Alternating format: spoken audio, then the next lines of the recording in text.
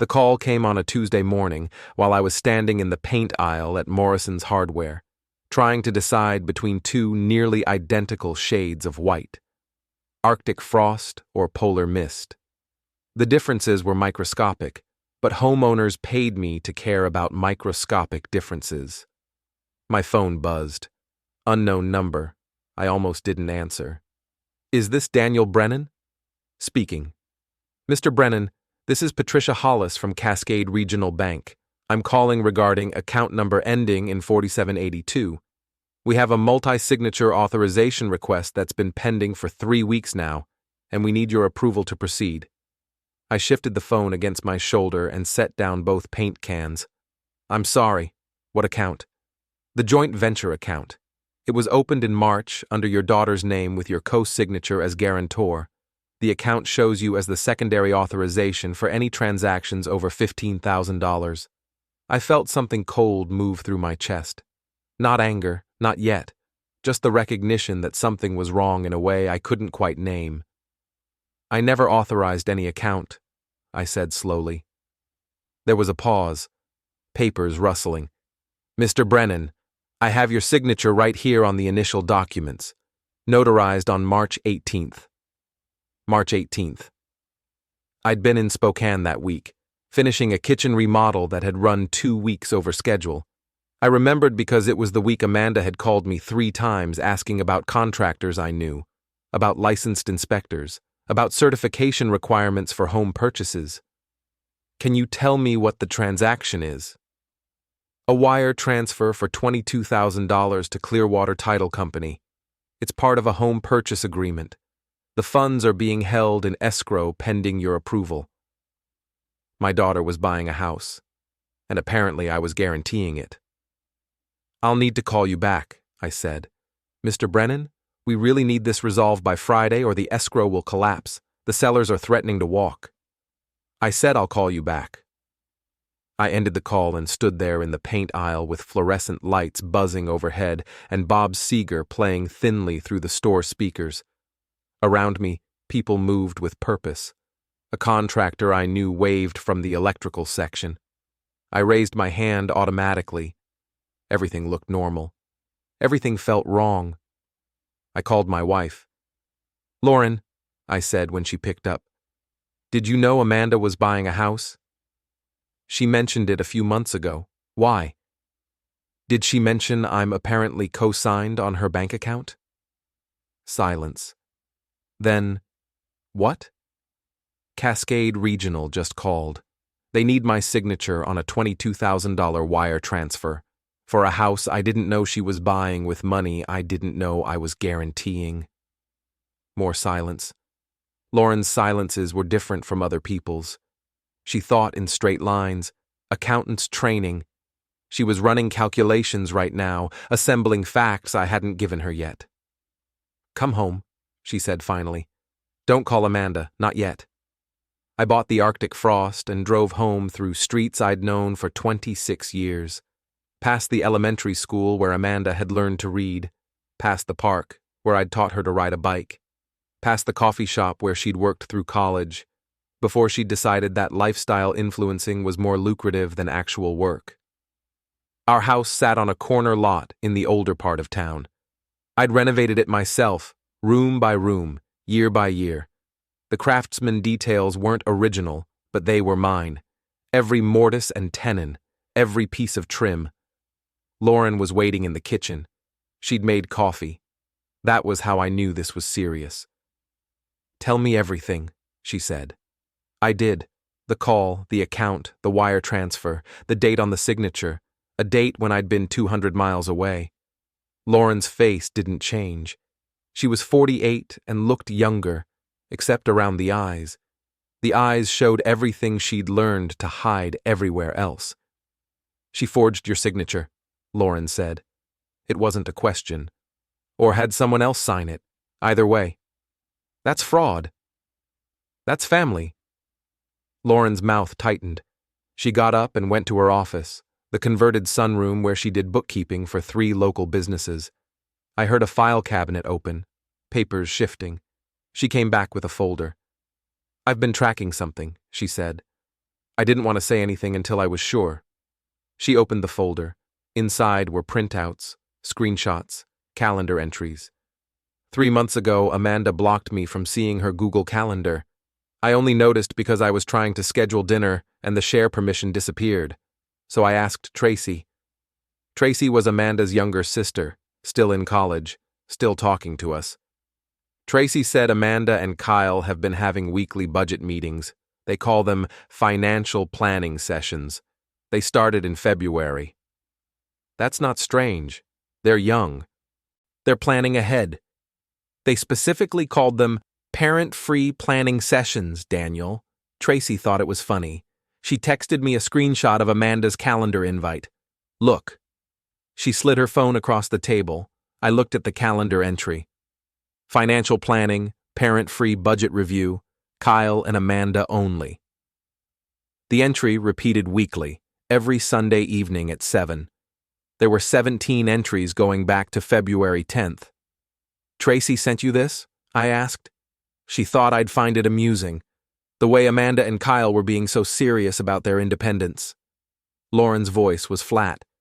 I didn't find it amusing. I scrolled through the screenshots.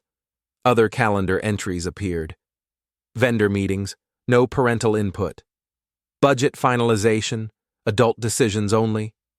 Mortgage pre-approval, independent financing.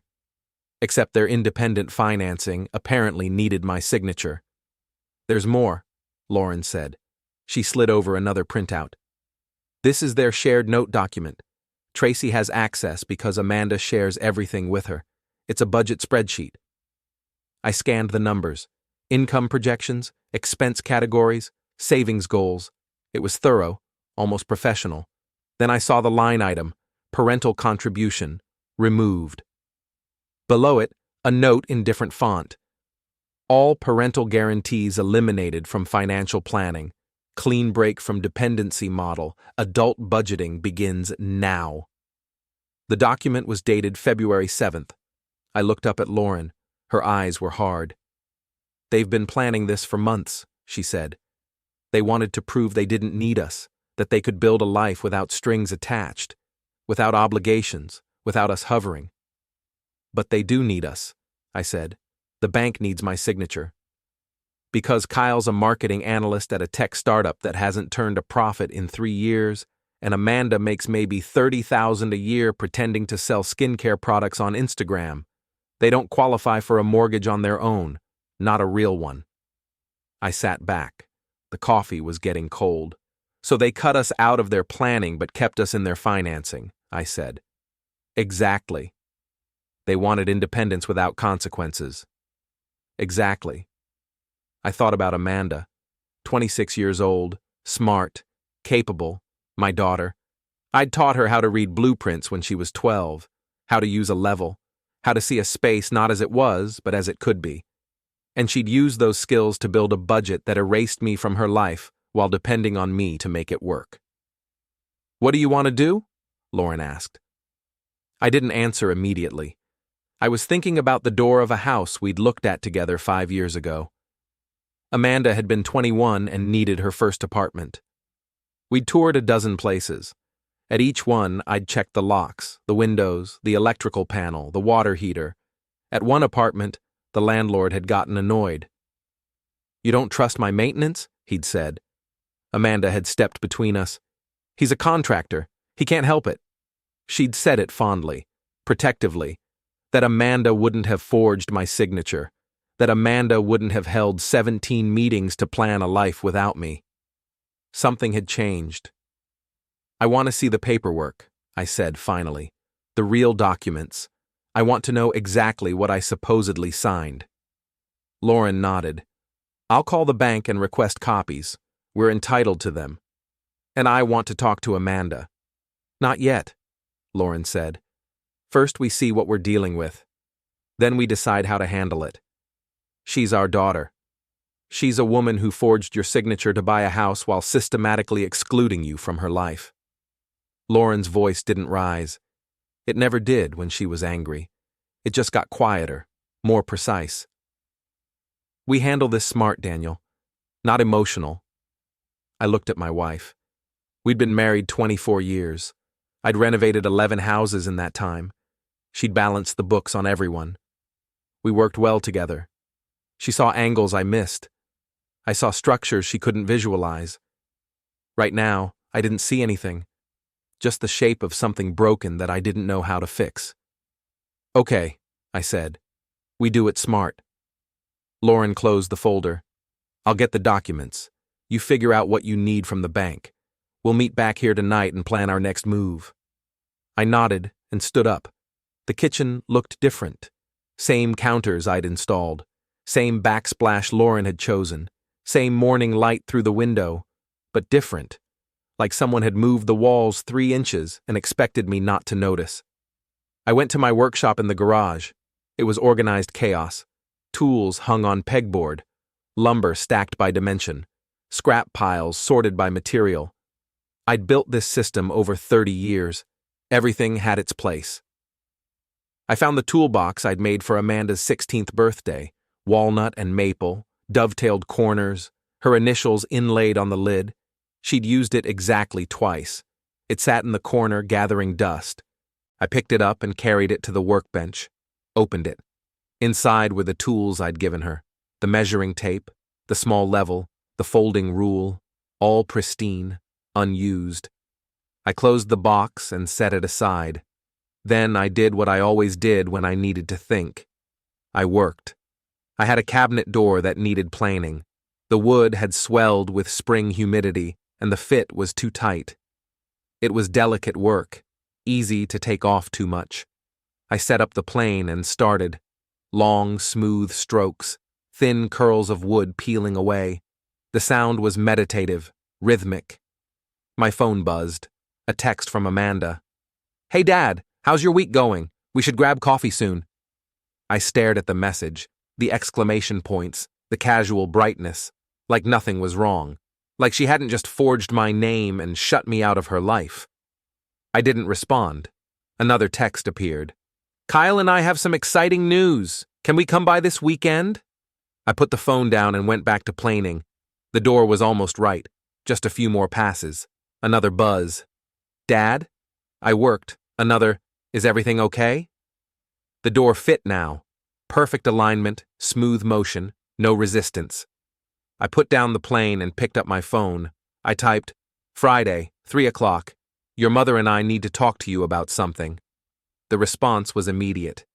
Is everything all right? I typed, Friday, 3 o'clock. Then I turned off my phone. Lauren came home at 4. She had papers. The bank faxed these over, she said. You're going to want to sit down. We sat at the kitchen table. She spread out the documents.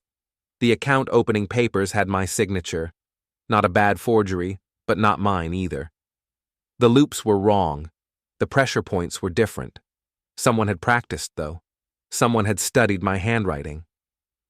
That's not your signature, Lauren said. No. But it's notarized. See? February 21st. Notary public seal. The whole thing. So they had someone else sign it.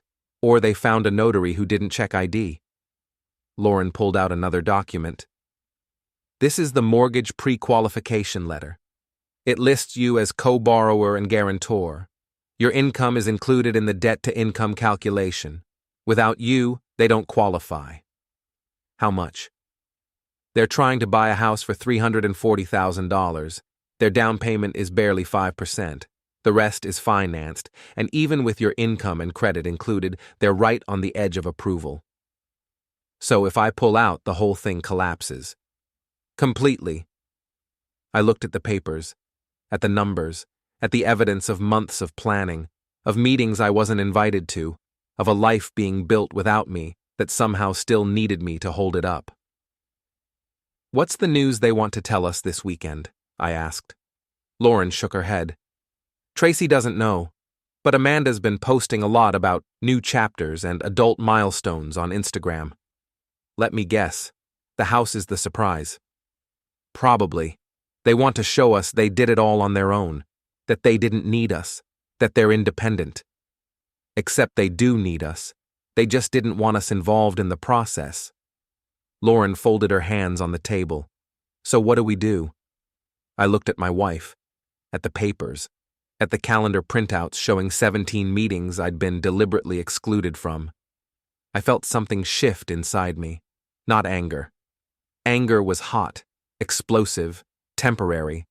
This was colder, more useful. We let them come over on Friday, I said slowly. We listen to their news. We act surprised. We act happy. And then?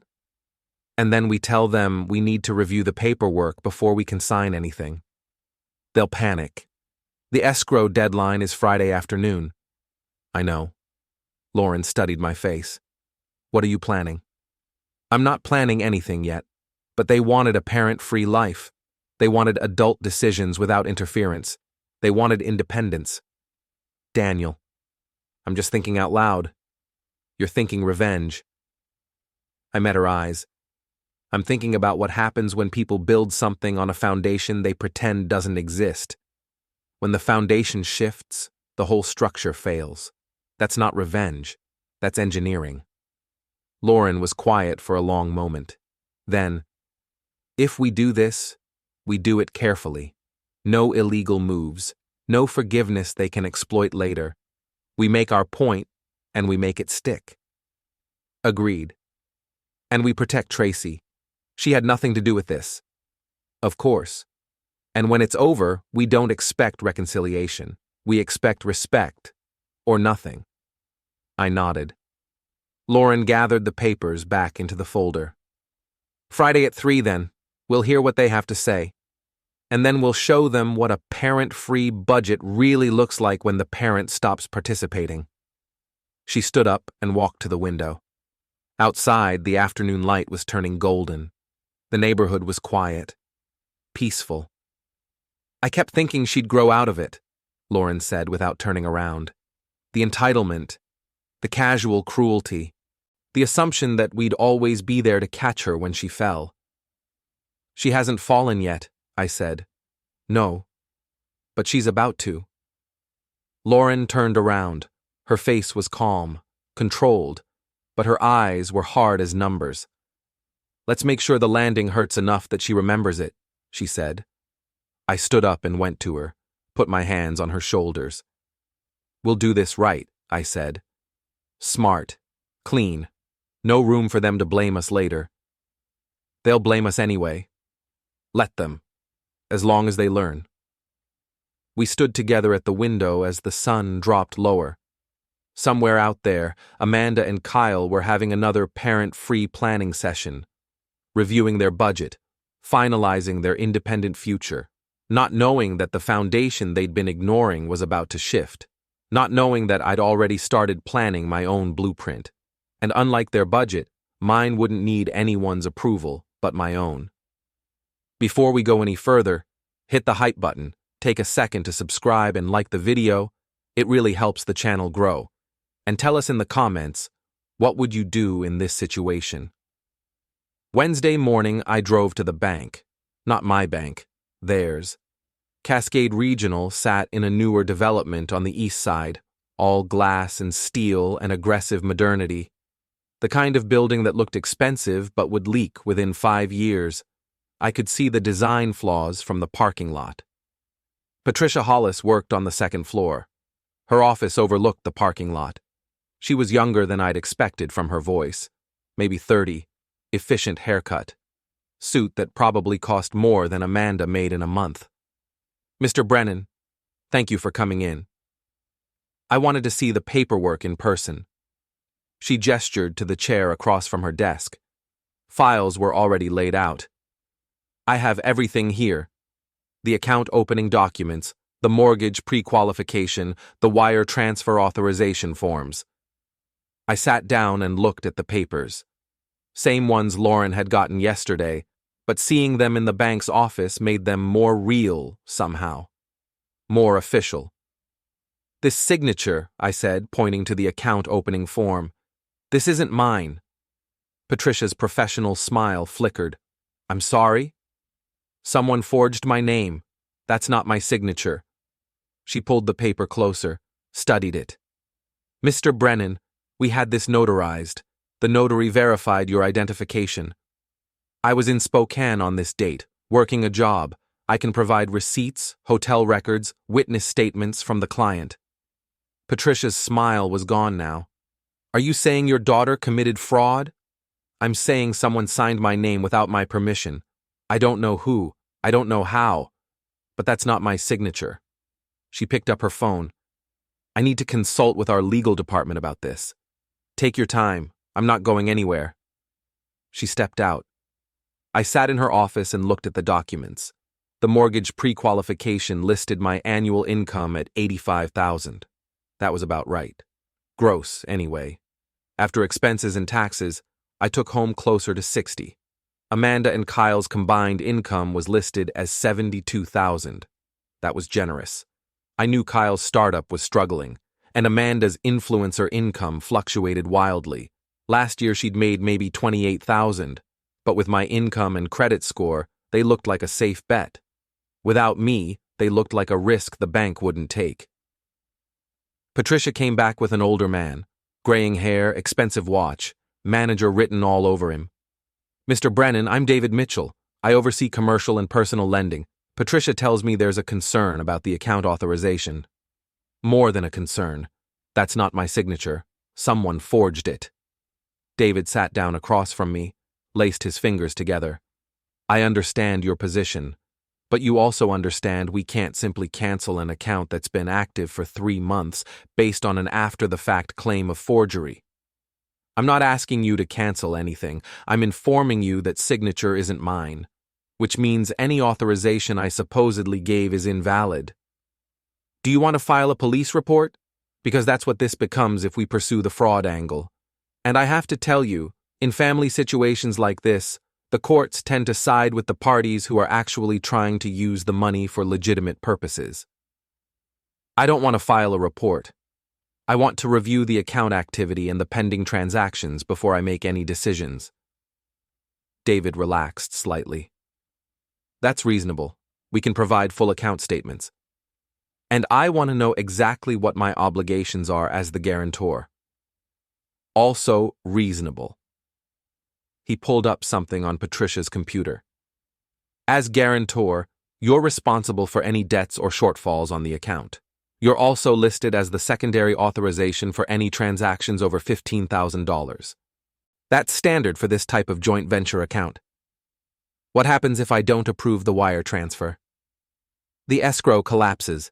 The sellers keep the earnest money. Your daughter and her husband lose their deposit and their home purchase. How much is the earnest money? $5,000. I nodded slowly. And if they want to open a new account without me, can they do that? Of course, but it would take time to establish. And frankly, Mr. Brennan, based on their income and credit history, they wouldn't qualify for the mortgage without a co-signer. You're the reason they got pre-approved. But they don't want me involved in their financial planning. David and Patricia exchanged a glance. That's between you and your family, David said carefully. We just need to know whether you're authorizing this transfer or not. When's the deadline? Friday at 5 p.m. I'll let you know Friday at 4. David's jaw tightened. Mr. Brennan, that's cutting it very close. Then I guess everyone will be waiting to see what I decide. I stood up. I'll need copies of all the account activity, every transaction, every statement, dating back to when the account was opened. We can email those to you. I want hard copies, today. Patricia nodded. I'll prepare them.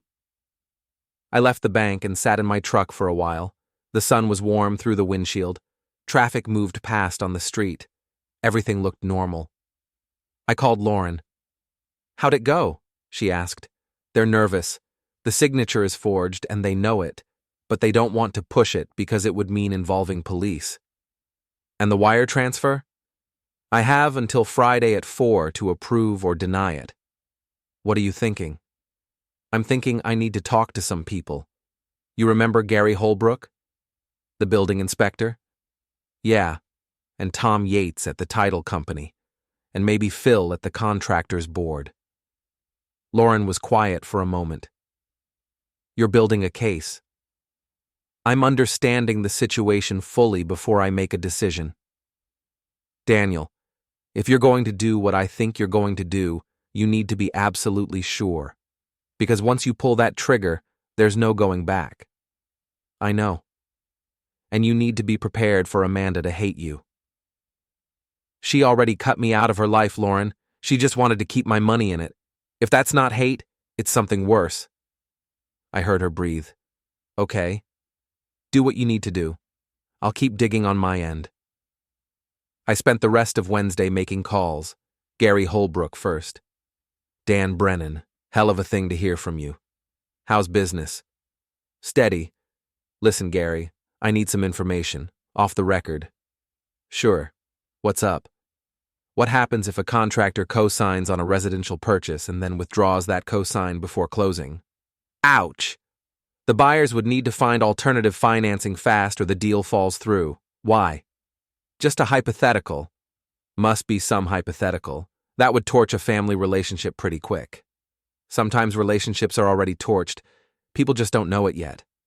Gary laughed, but it was uncertain. Well, legally, a guarantor can withdraw before final signatures. Thanks, Gary. Next was Tom Yates. We'd worked together on a dozen closings over the years. Tom, question for you. If a buyer is using a guarantor for qualification, and that guarantor withdraws before closing, what's the timeline for recovery? Jesus, Dan. Who's pulling out? Hypothetically. Hypothetically, the buyers would have maybe a week to find a new guarantor or come up with alternative financing. After that, the escrow collapses. They lose their earnest money. Sellers can sue for damages if they had expenses tied to the sale. It's ugly. How ugly? 10 to 20,000 in losses, easy, plus the credit hit from the collapsed mortgage application, plus they're back to square one looking for a house. And in this market, that house they wanted? Gone. Someone else buys it. Thanks, Tom. Dan, I hope this is really hypothetical. Me too. Last was Phil at the contractor's licensing board. We'd served together on a code review committee years back. Phil, I need to understand something about contractor certification requirements for residential sales. Sure. What specifically? If a house purchase requires certain construction certifications to verify condition, and the contractor providing those certifications pulls out, what happens? The buyer has to find another certified inspector. But if they're on a tight timeline, that's tough. Most good inspectors are booked weeks out, and if the original inspector withdraws his certification, that raises red flags, makes other inspectors nervous about taking the job. Even if the house is fine, even then, withdrawal suggests problems, professional or personal, or either way it complicates the sale. Interesting. Dan, you're not getting involved in something messy, are you? Just trying to understand my options. Well, your options sound like scorched earth. Be careful. I thanked him and ended the call. By late afternoon, I had a clear picture. If I withdrew as guarantor, Amanda and Kyle would lose the house, the earnest money, and probably another $15,000 in various fees and penalties. They'd take a credit hit. They'd have to start over, and they'd know exactly who caused it. I drove home. Lauren was in the kitchen, cooking. That was another bad sign. She only cooked when she was thinking hard about something. What did you find? I asked. She turned off the stove. Sit down. I sat. I went through our financial records, Lauren said. Every time we've helped Amanda over the past 5 years, every loan, every gift, every cosign. She slid a printout across the table. In 5 years, we've given her $41,000. That's not counting the car we bought her for college graduation, or the furniture, or the times we paid her rent when she was between opportunities. I looked at the numbers. They were exact. Lauren always was. And how much has she paid back?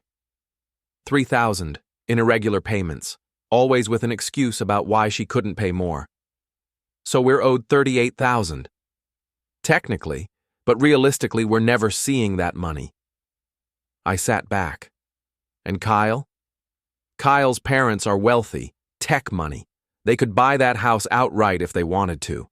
But according to Tracy, Kyle's parents refuse to help them. They think Kyle and Amanda need to stand on their own feet. So Kyle's parents won't help, but they're fine with us doing it. Exactly. And Kyle pitched this whole parent-free budget concept to Amanda as a way to prove to his parents they didn't need help. By using our help secretly. Right. I looked at the numbers again. 41,000 over 5 years. Not counting non-cash help. Not counting the time I'd spent fixing her apartments. The time Lauren had spent doing her taxes. The connections I'd made for her. The doors I'd opened. All while she planned 17 meetings about how to cut us out of her life. I want to show you something else, Lauren said. She pulled up her phone and showed me Amanda's Instagram. The latest post was from today. A photo of Amanda and Kyle in front of a house. A nice house. Probably the one they were buying. The caption read, "We did it, all by ourselves. So proud of us for achieving this milestone completely independently. No handouts, no help, just two people building their future together. Adulting, acting independence. Self-sufficient, nam dream house. No strings attached." I read it twice. No handouts, I said. No help, Lauren added, just two people building their future together. With your income and credit as the foundation. I handed the phone back. When's she posting the actual announcement? Probably Friday, after they tell us in person and get your signature. She's going to stand in our house and tell us how proud she is of doing this all by herself, while knowing she couldn't have done any of it without you. I stood up and walked to the window. Our backyard needed mowing. I'd been putting it off, too busy with work. What do you want to do? Lauren asked. I turned around. My wife was standing there with her arms crossed, looking at me with those sharp accountant eyes that missed nothing. I want to give them exactly what they asked for, I said. A parent-free life, a completely independent future, no strings attached. They'll lose everything. They'll lose what they were going to lie about earning, what they were going to pretend they built alone. It's harsh. It's honest. They wanted independence. They'll get it. All of it. Lauren nodded slowly.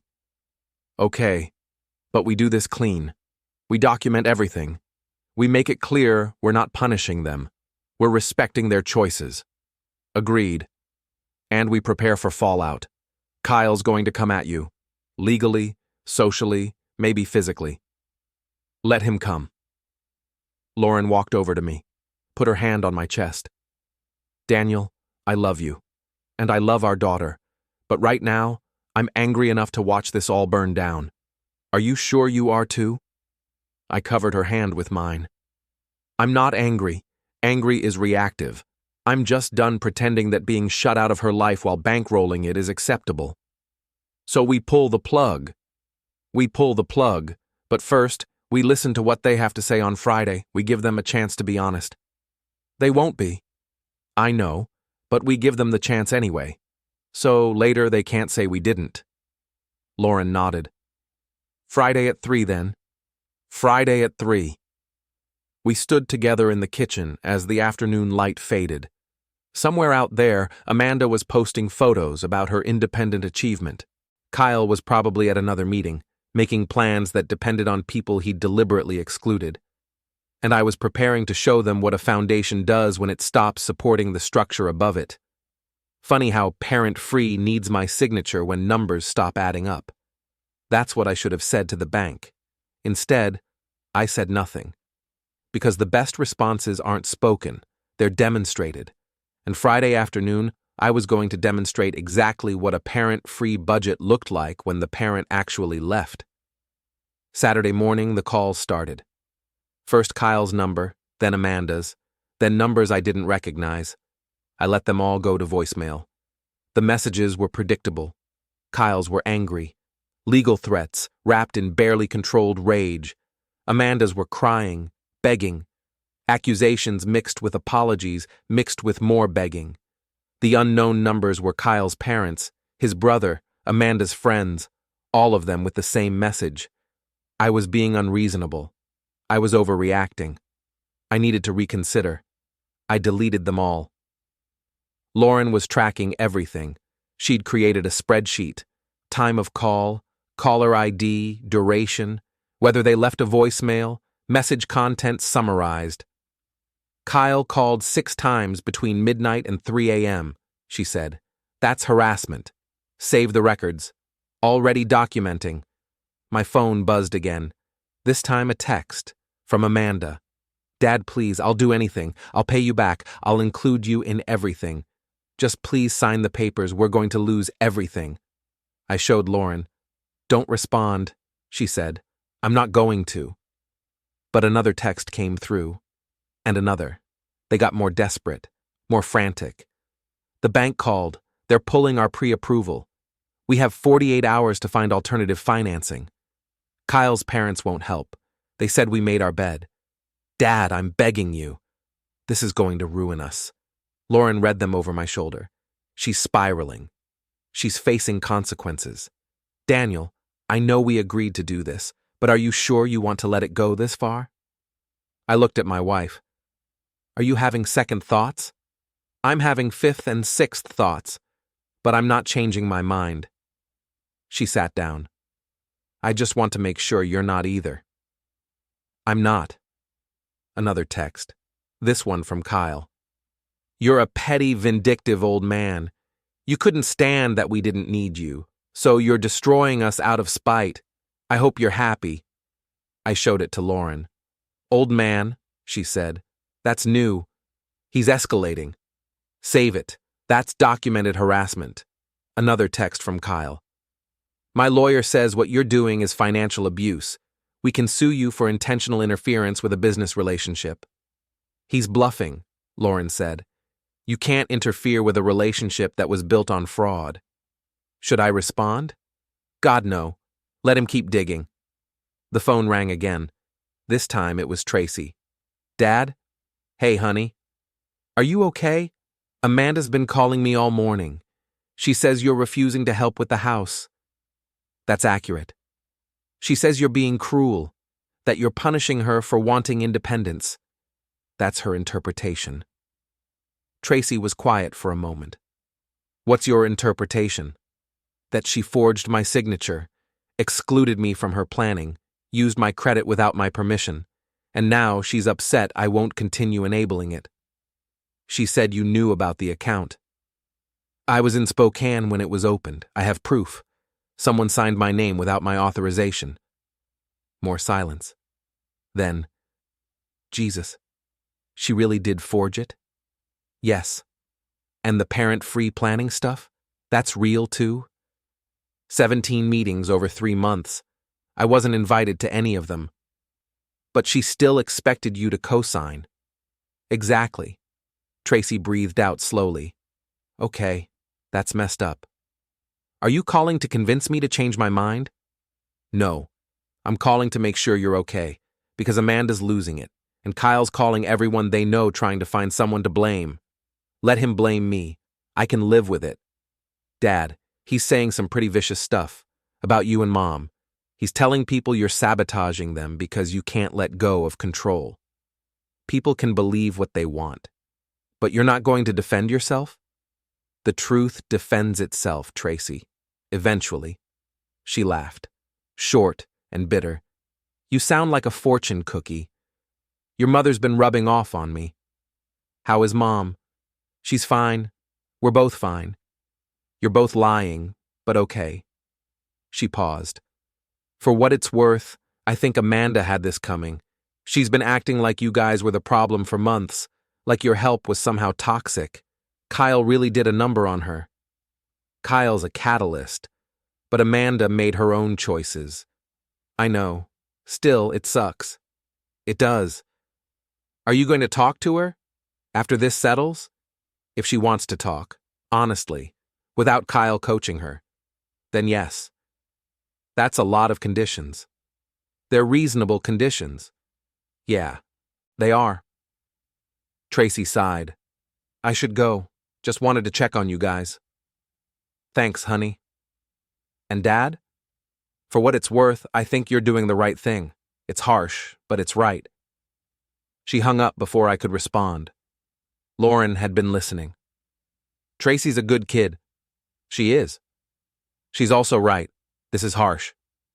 Consequences usually are. The doorbell rang. We looked at each other. You expecting anyone? Lauren asked. No. I went to the window. A car I didn't recognize sat in the driveway. Newer model. Expensive. Someone got out. Older man. Well-dressed.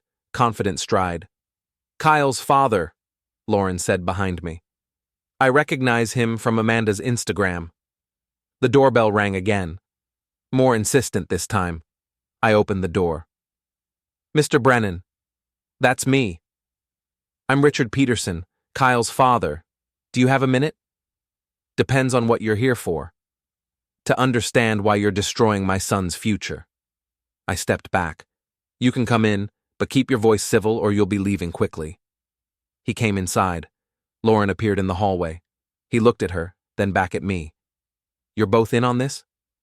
We're both parents who raised a daughter who decided to cut us out of her life while still using our credit, Lauren said. So yes, we're both in on this. Richard sat down without being invited. Kyle explained the situation. You're upset about not being included in their planning. I understand that, but withholding your signature now is excessive. I'm not withholding anything, I said. I'm declining to authorize documents I never agreed to in the first place. Semantics. Law. Your son's wife forged my signature. That's fraud. I'm choosing not to press charges and instead simply removing myself from the situation. Richard's jaw tightened. Pressing charges against family? That's your answer? No. Not pressing charges is my answer, but also not continuing to enable fraud. Kyle has worked hard for this. He's built a career, a future. He doesn't deserve to have it destroyed because you can't handle your daughter growing up. Lauren laughed, actually laughed. Mr. Peterson, do you know how much money we've given your son's wife over the past 5 years? That's between you and Amanda. $41,000, not counting non-cash assistance, not counting cosigns we've provided, not counting the time and connections we've offered. Lauren pulled out her folder. Here's the documentation. Every loan, every gift. Every time she called with an emergency that needed immediate funding. She laid it on the coffee table. Richard glanced at it, but didn't pick it up. What's your point? My point is that your son married a woman who was deeply dependent on her parents, who had never successfully managed her finances, who had never achieved anything significant without extensive support. Lauren's voice was calm, clinical.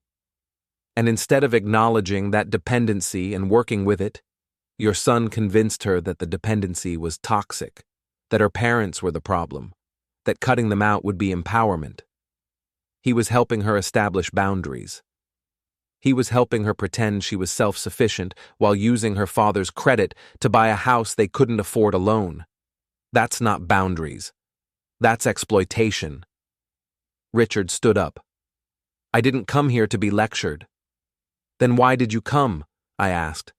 To ask you to reconsider, to think about Amanda, to remember that she's your daughter. I think about her constantly. That's why I'm doing this. By ruining her? By refusing to enable her self-destruction. She's 26 years old and has never faced real consequences for anything. Every time she's failed, we've caught her. Every time she's overspent, we've covered it. Every time she's made a poor decision, we've cleaned up the mess. I looked at him. Your son saw that pattern and decided to exploit it. He convinced her to cut us out of her planning but keep us in her financing. That's not healthy boundaries. That's manipulation. That's your interpretation. That's the documented timeline, which your son was actively part of creating. Richard moved toward the door. You're making a mistake. Maybe, but it's my mistake to make.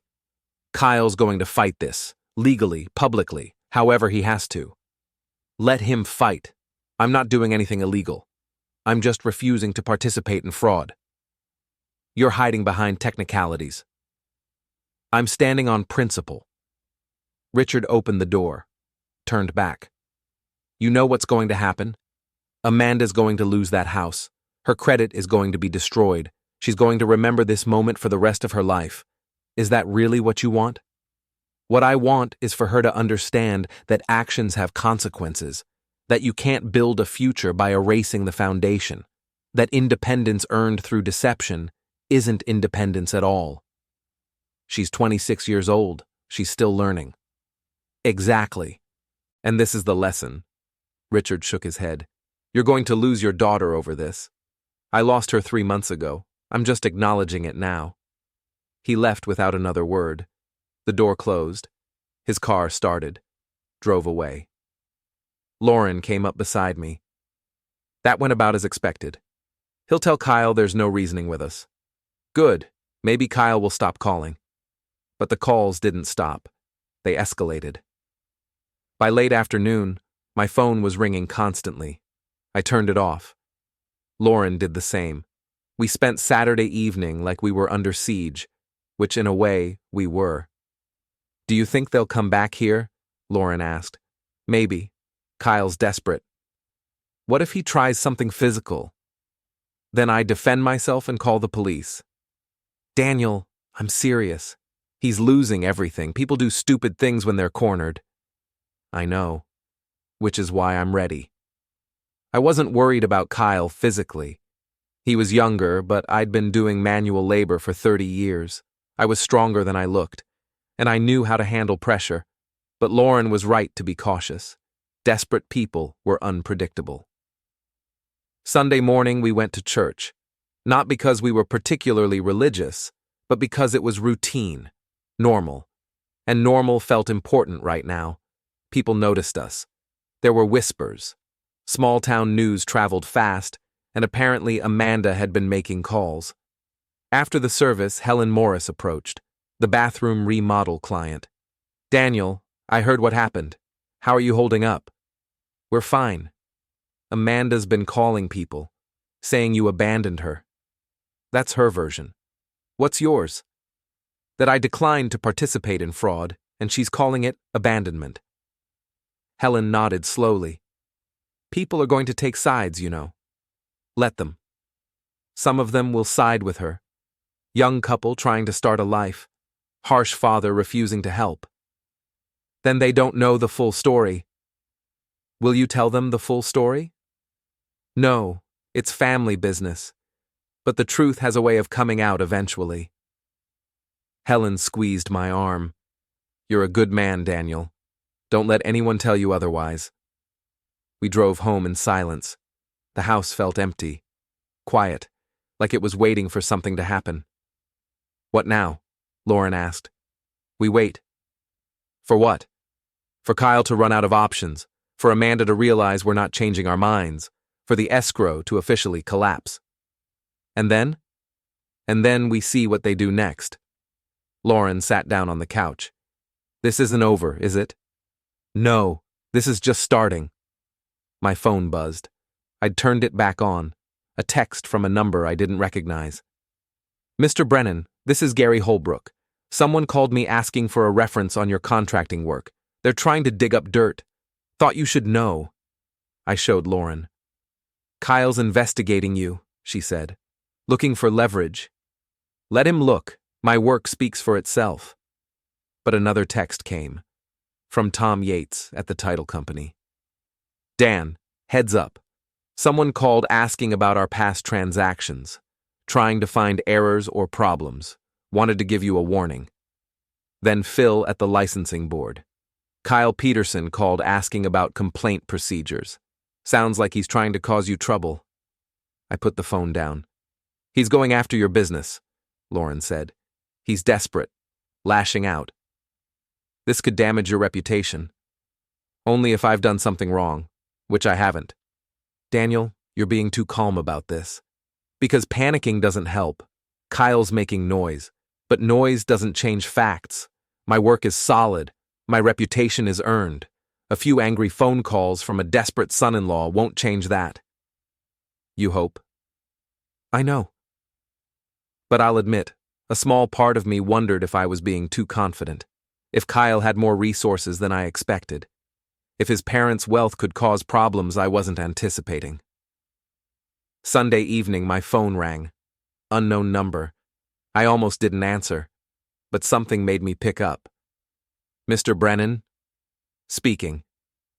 This is Detective Sarah Mills with the County Sheriff's Office.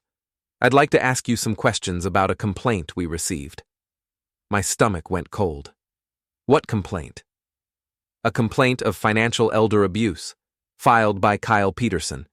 He's claiming you're being financially coerced by your wife to withhold necessary signatures from your daughter. I looked at Lauren. She'd heard. Her face had gone white. That's absurd, I said. I'm sure it is. But I'm required to investigate. Can you come to the station tomorrow for an interview? Am I being charged with anything? No, this is just preliminary investigation. Then I'll have my lawyer contact you. Mr. Brennan, that's not necessary. I think it is. My son-in-law has filed a false complaint to harass me. I'm not participating without legal representation. Silence. Then, that's your right. Have your lawyer call me. She gave me her number and hung up. Lauren was shaking. Elder abuse? He's claiming I'm abusing you? He's desperate. He'll try anything. But a police complaint, that's serious. It's also baseless. Any investigator who looks at the facts will see that. But it goes on record. It's public. People will hear about it. She was right. Even a baseless complaint would generate talk, questions, suspicion. Kyle was trying to destroy my reputation since he couldn't get my signature. We need a lawyer, I said. Tomorrow. We can't afford not to. Kyle's escalating. We need protection. Lauren nodded. She looked smaller suddenly, scared. I pulled her close. We're going to be okay. You don't know that. I do, because we're telling the truth.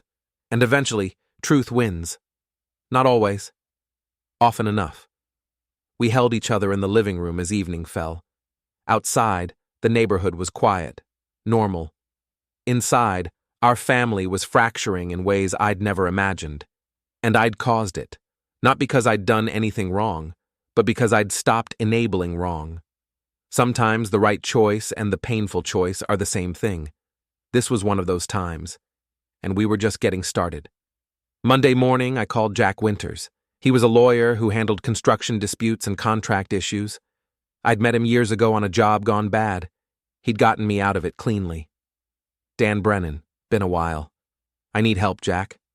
What's the situation? I told him. The forged signature, the parent-free budget, the escrow collapse, the police complaint. Jack whistled low. Your son-in-law really went nuclear. He's desperate. Desperate makes people dangerous. When can you come in? Today? Give me an hour. Jack's office was in a converted house near downtown. Old hardwood floors, original trim, good bones. I noticed these things automatically. So let me make sure I understand, Jack said, after I'd explained everything. Your daughter forged your signature to open a bank account. She's been deliberately excluding you from her financial planning while using your credit as the foundation. And when you declined to authorize a fraudulent transaction, her husband filed a false police report claiming elder abuse. That's accurate. And you have documentation of the forgery? I slid the folder across his desk, copies of the account opening documents. My hotel records from Spokane. The dated photographs from the job I'd been working. Jack reviewed them. This is solid. The signature's not yours. You've got proof you were elsewhere when it was supposedly signed, and the notary seal. We'll need to subpoena the notary to find out who actually presented ID. Can we do that? Absolutely. Notary fraud is serious, but it takes time. We don't have much time. The escrow collapses tomorrow. That's their problem, not yours. You're not obligated to sign documents you never authorized. He made notes. Now, the police complaint. Elder abuse. That's creative. It's false. Of course it is, but we need to handle it carefully. The detective will want to interview you and your wife. We'll prepare statements. Clear, factual, documented. We'll show them the timeline, the forged signature, the pattern of exclusion, and we'll demonstrate that far from being abused, you're making a rational decision to protect yourself from further fraud. How long will that take? Few days, maybe a week. Depends on how thorough they want to be. I sat back. Jack, I need you to be honest with me. Can this hurt us? Legally? The complaint? No. It's transparent harassment. Any competent investigator will see that. But it can hurt you reputationally. People hear elder abuse investigation and they assume smoke means fire. So Kyle achieves his goal either way. Either I sign or my reputation gets damaged. That's his play, yeah. But we can fight back. False police reports are illegal. We can file counter-complaints. We can pursue defamation if he's making false statements publicly. I don't want revenge. I just want this to stop. Sometimes making it stop requires pushing back hard enough that continued harassment becomes too expensive. Jack was right. I knew he was. But the idea of escalating further, of making this more public, more ugly, it felt wrong. Then again, everything about this felt wrong. Do what you need to do, I said finally. Protect us legally. Handle the police complaint. Keep records of everything. What about the daughter? You want to pursue charges for the forgery? I hesitated. Not yet. Let's see how this plays out. Dan, I have to tell you, if you don't pursue charges, you're giving her a free pass. She'll learn she can commit fraud without consequences. She's learning consequences now. She's losing the house. Her credit's getting destroyed. She's facing her first real failure as an adult. That's not the same as legal accountability. I know, but she's still my daughter. Jack nodded. Your call, but keep the option open. If this escalates further, you might need that leverage. I left Jack's office with a retainer paid and slightly less money in my account. But I felt better, protected, like I had someone in my corner who understood both the law and the stakes. My phone buzzed. A text from an unknown number. Mr. Brennan, this is Patricia Hollis at Cascade Regional. The escrow has officially collapsed. I wanted to inform you that your daughter has lost her earnest money and will be facing additional penalties from the sellers. I'm sorry it worked out this way. I stared at the message.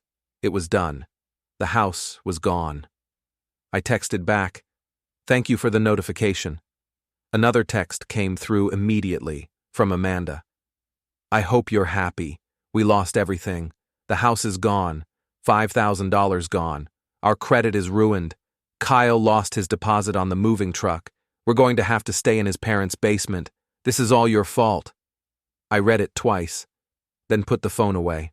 Lauren called. "Did you see the message from the bank?" "Yeah." "How are you feeling?" "Tired." "Me too." Amanda texted me. She's blaming us for everything. Of course she is. Kyle's probably standing right there feeding her lines. Probably. "Daniel, are you okay? Really?" I looked out the window of my truck. The parking lot was mostly empty, a few people walking, living their normal lives. "I don't know," I said honestly. "I think I did the right thing, but it doesn't feel good.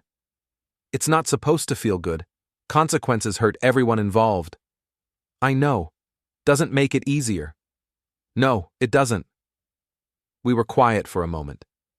"What now?" Lauren asked. "Now we wait. See what Kyle does next." "You think he's done?" "No. He's lost the house, but he hasn't accepted responsibility. He's going to keep pushing until something breaks." "Or someone." "Yeah. Or someone." I drove home. The house felt too quiet, too empty, like it was holding its breath. Lauren was in the office, working. She looked up when I came in. "Jack's handling the police complaint," I said. "He's confident it'll be dismissed." "But it'll still be on record." "Yeah. Kyle's going to tell everyone about it. Make it sound like we're under investigation." "Probably." She closed her laptop. "I'm scared, Daniel." "Of what?" "Of how far he'll go. Of what he'll do next. Of losing more than just Amanda." I sat down across from her. "What else can we lose? Your business, your reputation, our peace of mind. My business is solid. My reputation is earned. And our peace of mind was already gone the moment we found out what Amanda did. You're being too logical." "Someone has to be." She smiled slightly. That's supposed to be my job. I learned from the best. The doorbell rang. We looked at each other. I'll get it, I said. I looked through the window first. A delivery truck. Someone with a clipboard. I opened the door. Daniel Brennan? Yes.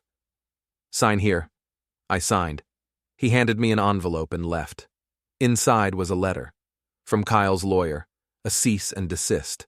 Demanding I stop harassing Kyle and Amanda. Stop interfering with their financial affairs. Stop making false accusations about their character. I handed it to Lauren. She read it. Laughed. He's claiming we're harassing them? Apparently. We haven't contacted them once. They've called us 50 times. Kyle's rewriting history, making us the villains. We need to send this to Jack. Already on it. I photographed the letter and emailed it to Jack. He responded within minutes. Standard intimidation tactic. Ignore it. They have no grounds. But another letter arrived an hour later. This one from Kyle's parents' lawyer, threatening legal action for intentional interference with a business relationship. They're serious, Lauren said. They're desperate. There's a difference. My phone rang. Tom Yates at the title company. Dan, I wanted to give you a heads up. Kyle Peterson's lawyer called asking for records of all our transactions. They're looking for something to use against you. Let them look. You're sure? I'm sure. My work is clean. Okay, just wanted to warn you. Another call. Gary Holbrook. Dan, someone filed a complaint with the licensing board. Anonymous complaint claiming you've been doing unpermitted work. That's false. I know it is, but I have to investigate. Can you provide documentation for your last 5 jobs? All of it. Permits, inspections, sign-offs, everything. I figured. Just giving you a heads up that someone's trying to make trouble. I hung up and looked at Lauren. Kyle's going after my business now. Complaints, investigations, trying to find something that'll stick. Is there anything to find? No, but even baseless complaints create paperwork, delays, questions from clients. He's trying to strangle you financially. He's trying to make the cost of refusing him higher than the cost of giving in. Is it working? I thought about it. About the lawyer fees. The time spent defending myself. The stress. The damage to my reputation, even if the complaints were dismissed. No, I said. He can file all the complaints he wants. Truth wins eventually. But that night, lying in bed, I wondered if I believed that. If truth really did win. Or if sometimes lies just shouted louder and longer until people stopped checking facts. My phone buzzed. 3 a.m. A text from Kyle. You think you've won, but you've just started a war you can't finish. I have resources you can't imagine. Lawyers, investigators, money. I'm going to destroy you and there's nothing you can do to stop me. I showed Lauren. She was awake too. He's unraveling, she said. He's threatening. Should we call the police? And tell them what? That our son-in-law is sending mean texts? It's harassment. It's desperation. And desperation burns out eventually. But another text came. And another. A stream of them. Each one angrier. More threatening. More specific about what he was going to do to me. I'm going to make sure no one in this town ever hires you again. I'm going to file complaints with every agency that regulates contractors. I'm going to tell everyone what kind of father you really are. I'm going to sue you for everything you have. I'm going to make your life hell. Lauren sat up. This is escalating. I know. We need to document this. I am. And we need to be prepared for him to do something physical. I'm prepared. But I wasn't prepared. Not really. Because when someone's losing everything, when they're cornered and desperate and convinced they're the victim, they're capable of things rational people wouldn't consider. And Kyle was right on that edge, where desperation meets rage meets entitlement, where a man who's never truly failed before faces his first real consequence. where someone who's convinced himself he's the hero realizes he might actually be the villain. That's when things get dangerous. And Tuesday morning, they got dangerous. The first sign of trouble was the broken window. Lauren found it when she came downstairs at 6 a.m., the kitchen window, glass on the floor, a rock on the counter. "Daniel!" I came running, saw the damage. The rock had a note tied to it with rubber bands. "This is just the start." No signature. Didn't need one. "We're calling the police," Lauren said. "And tell them what? Someone threw a rock through our window."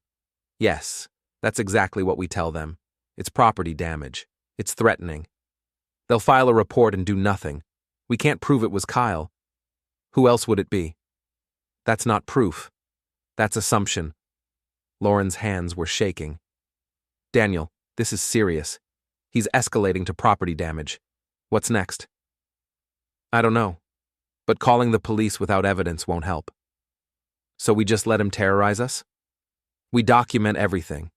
We board up the window. We install cameras.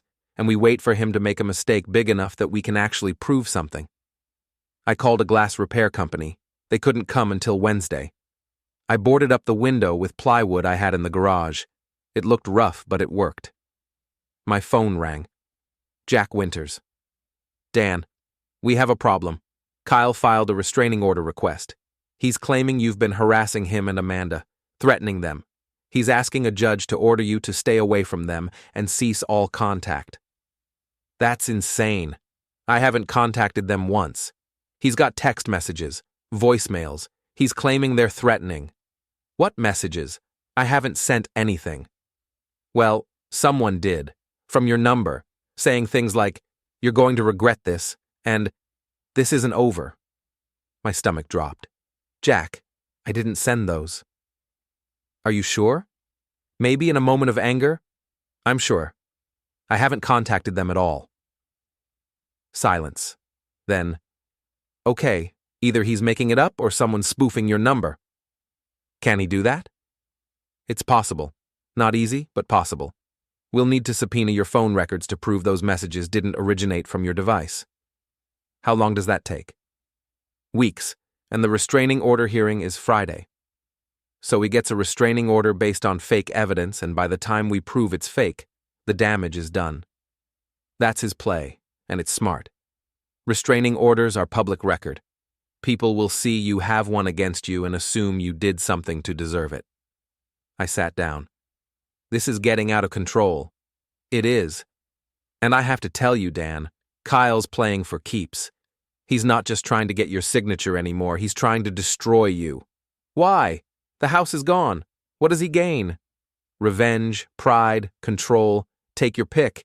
You humiliated him, made him face consequences. He can't handle that. So now he's making it his mission to make you suffer worse than he is." "What do I do?" "You fight back. We counterfile. We get your phone records. We document the broken window. We build a case that he's the one doing the harassing. And we make it clear to the judge that this restraining order request is retaliatory and baseless." "Will that work?" "Depends on the judge. Some judges are careful. Some just rubber stamp these things to be safe. We'll present our case and hope for the best." I hung up feeling worse than when I'd called. Lauren was sweeping up glass. "What did Jack say?" "Kyle filed for a restraining order, claiming I've been threatening him." The broom stopped moving. "Have you?" "No." "Not even a strongly worded text?" "Nothing. I haven't contacted him at all." "Then how does he have evidence?" "He doesn't. He's either making it up or spoofing my number somehow." Lauren sat down. The broom clattered on the floor. "This is insane. It's strategic. He's building a narrative. Dangerous father-in-law, controlling, abusive. First, the elder abuse complaint. Now, threatening messages. Next, he'll claim I'm unstable, dangerous. But none of it's true. Doesn't matter. Enough accusations and people start believing something must be true. So what do? We fight. We document. We prove he's lying. And if we can't, we will. But I sounded more confident than I felt. Tuesday afternoon, my phone rang. A client, Mrs. Henderson. I'd done her kitchen 2 years ago. Dan, I need to ask you something, and please be honest with me. Of course. Are you under investigation? For elder abuse? My stomach sank. Who told you that? Someone called. Said they were doing a background check. Said you're under investigation for multiple violations, fraud, harassment, abuse. Mrs. Henderson, none of that is true. Someone filed a false complaint. My lawyer's handling it. But there is an investigation? A completely baseless one that will be dismissed. Silence. Then, Dan, I'm sorry, but I can't have you working on my house if there's any question about your character. I'm going to need to find another contractor. Mrs. Henderson, please, if you'll just let me explain. I'm sorry, Dan. I really am. But I have to protect myself. She hung up. I sat there with my phone in my hand, feeling something I hadn't felt in a long time. Helpless. Kyle was winning. Not because he was right, but because he was louder, more aggressive, willing to lie and cheat and destroy to get what he wanted, and I was trying to fight fair. Lauren came in. Who was that? Mrs. Henderson, canceling her project. Why? Someone called her, told her I'm under investigation. Lauren's face went pale. He's calling your clients? Or having someone do it for him? That's illegal. That's defamation. Prove it. Prove he made those calls. Prove what was said. It's all he said she said. Another call came in. Another client. Same story. Anonymous caller. Allegations. Cancellation. By the end of the day, I'd lost 3 projects. $15,000 in future work. Just gone. He's strangling your business, Lauren said. He's trying to force me to give in, to call him and agree to sign whatever he wants just to make this stop. Will you? No. Even if you lose your business? Even then. Lauren looked at me. Really looked at me. You're willing to lose everything over this? I'm not losing anything. Kyle's taking it. There's a difference. The outcome's the same. The principle isn't. Wednesday morning, Jack called with news. The restraining order hearing is Friday at 9 a.m. Judge Morrison, I've filed our counter motion. We'll present the phone records, the broken window, the client harassment, everything. Will it be enough? Honestly, I don't know. Morrison's unpredictable, but we'll make our case.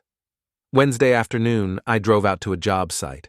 An addition I'd started last month. The clients were good people, older couple, retirement money going into making their house work for aging in place. The husband, Frank, met me at the door. Dan, we need to talk. I knew that tone. What's wrong? Someone came by yesterday, said they were with the licensing board, said there were complaints about your work, said we should be careful. Frank, I have every permit, every inspection passed. My work is solid. I know it is, but my wife's worried, and honestly, with all this talk, I'm worried too. Maybe we should pause the project until things settle down. Pause how long? I don't know. A few weeks? A month? I looked at the addition, half-framed, open to weather. Frank, you can't leave it like this. It needs to be closed in before the next rain. Then maybe you could recommend another contractor to finish? Another one. Another project gone. Sure, Frank, I'll send you some names. I drove home feeling like I was drowning. Not dramatically. Not all at once. But slowly, steadily. Water rising inch by inch while I stood there unable to move. Kyle was destroying everything I'd built. Not with truth, not with justice, but with lies and fear and relentless pressure. And I didn't know how to stop him. That night, Lauren made dinner, but neither of us ate much. We sat across from each other in a kitchen that felt different now. Violated. The boarded-up window was a constant reminder that our home wasn't safe anymore. What if we moved? Lauren asked quietly. Where? Somewhere else. Started over. Got away from all this. Kyle would follow. He's not going to stop just because we change addresses. Then what? We just endure this until he runs out of money or energy? Or until we have enough evidence to stop him legally? That could take months, years. We'll be ruined by then. I reached across the table, took her hand. We're not going to be ruined. Kyle's making noise, but my reputation is built on 30 years of good work. That doesn't disappear because of a few anonymous phone calls. 3 projects, Daniel. 3 projects in 2 days. I'll find more work. Where? Everyone in town is hearing the same lies. She pulled her hand back, stood up, went to the window. I'm scared, she said. I'm scared we made the wrong choice, that we should have just signed the papers and let them have their house. You don't believe that. I don't know what I believe anymore. I just know we're losing everything and I don't see a way out. I stood up and went to her, put my hands on her shoulders. We're not losing everything. We're being tested. There's a difference. It doesn't feel different. I know, but we're going to get through this. Together, like we always do. She turned around. Her eyes were red. What if we don't? We will. You can't know that. I know we're strong enough to try. She leaned against me. We stood there in the kitchen while darkness fell outside. My phone buzzed. Another text from Kyle. Told you I'd destroy you. This is just the beginning. Give up now, or it gets worse. I showed Lauren. What are you going to do? She asked. I looked at the message, at the broken window, at my wife's frightened face, and I felt something shift inside me. Something cold, something useful. I'm going to stop playing defense, I said. What does that mean? It means Kyle thinks he's the only one who can play dirty. He's wrong. Lauren looked at me. Daniel, what are you planning? I'm going to show him that foundations don't just support structures. Sometimes they crush what's built on them when they shift. You're talking like him now. Good, because nice hasn't worked. Fair hasn't worked. Following the rules while he breaks them hasn't worked. So you're going to break rules? No, but I'm going to stop pretending his rules apply to me. I grabbed my jacket. Where are you going? To have a conversation. One Kyle's going to remember.